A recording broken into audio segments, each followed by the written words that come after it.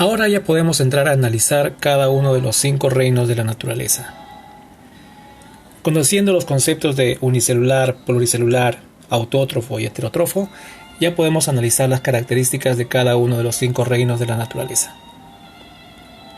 Empecemos por el reino animal.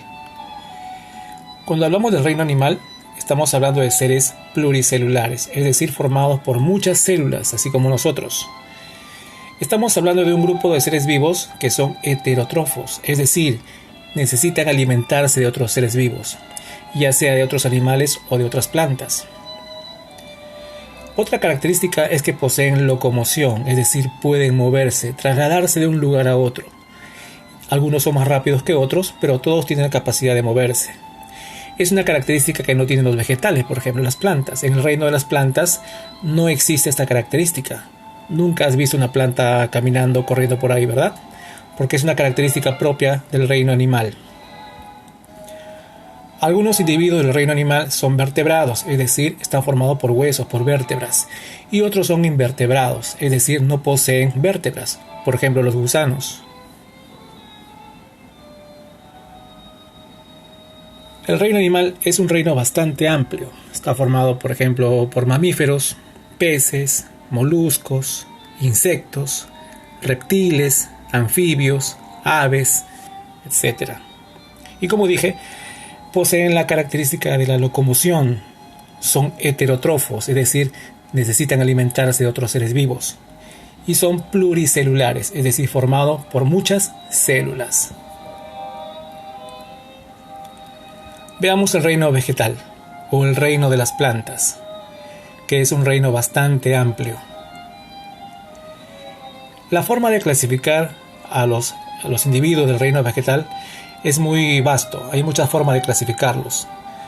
Algunos los clasifican por si tienen flores o no tienen flores, o también se les clasifica por el tipo de tallo que poseen, pero todas las plantas poseen las mismas características, es decir, su forma de alimentarse. Son autótrofos, es decir, producen su propio alimento a través de un proceso que conocemos se llama fotosíntesis. Las plantas no necesitan alimentarse de otro ser vivo. Las plantas producen su propio alimento, por eso que se les llama autótrofos. Ellos mismos se alimentan. Pasemos al reino de los hongos, que es un reino bastante amplio. Hay una gran variedad de tipos de hongos. Por ejemplo, los champiñones que alguna vez has visto de repente en la cocina de tu casa, que se usan para producir pizzas o otros alimentos, son hongos. Pertenecen al reino de los hongos. Son comestibles. Y de repente has visto alguna vez en tu casa un alimento que está abandonado o está olvidado en tu casa y se comienza a honguear y tu mamá te dice no lo comas porque está hongueado. Esas cositas verdes que ves ahí encima del pan son hongos, pertenecen al reino fungi, son seres vivos. Al igual que en algunas frutas cuando se malogran. Y de repente has oído hablar de los hongos en los pies, ¿verdad? También son hongos, son del reino fungi. O de repente los has visto en los dibujos animados, en los pitufos por ejemplo.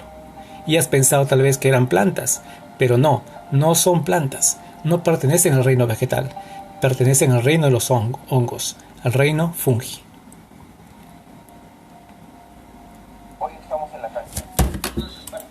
En el reino fungi, podemos decir sus características son unicelulares y pluricelulares. Es decir, algunos hongos son unicelulares y otros hongos son pluricelulares.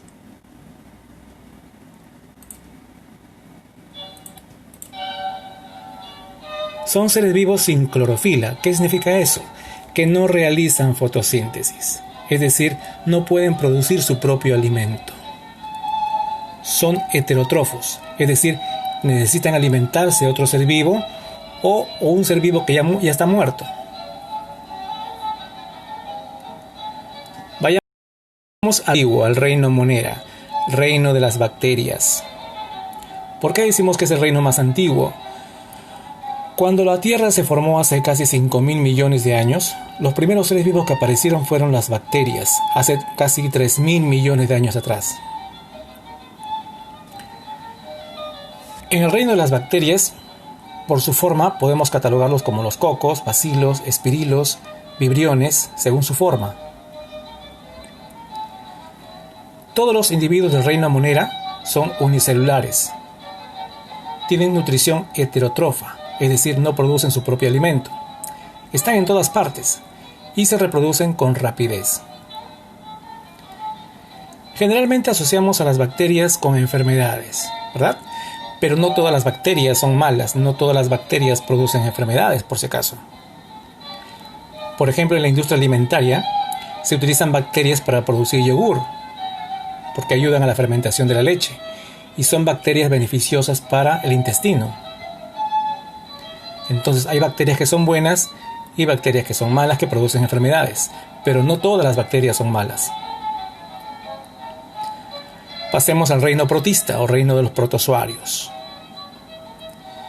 Es un reino muy variado. Algunos protistas poseen unos cilios que le permiten moverse. Otros son flagelados, es decir, tienen un pequeño flagelo o una cola que también les permite la movilización. Algunos protozoarios producen enfermedades, por ejemplo como la trypanosoma, que produce la enfermedad de Chagas. O por ejemplo el Plasmodium, que produce la malaria.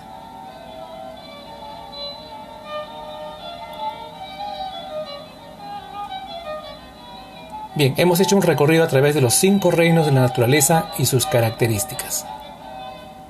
Gracias.